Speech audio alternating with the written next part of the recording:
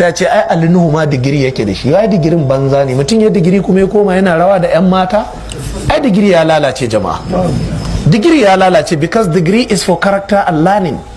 In gana da digiri ya kamata a same ka da ilimi da kuma kyawawan ɗabi'u.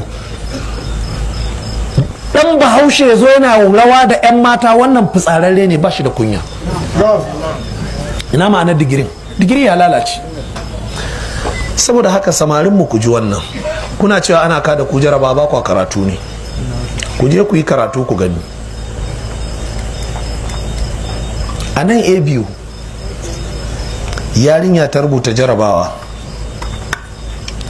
da ta zo fita kawai sai malami ya nemi kamo gyalanta hijabinta haka, sai ta daka mishi tsawa, ya rikice shi kan shi ya cire hannun shi haka, sai ta je ta kai shi kara ga hukumar makaranta don me zai ja mata hijabi.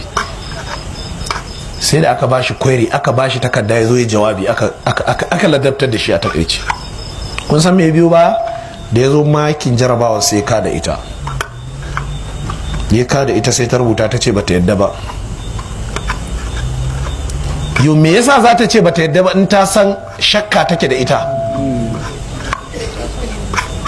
Da aka je aka zaunar da shi, aka kira external examiner, aka kira wani malami daga wajen jami'ar ya zo yanzu ya yi hisabi kenan ko, da ya zo sai makin sai ga yarinya da lafiyayyen A.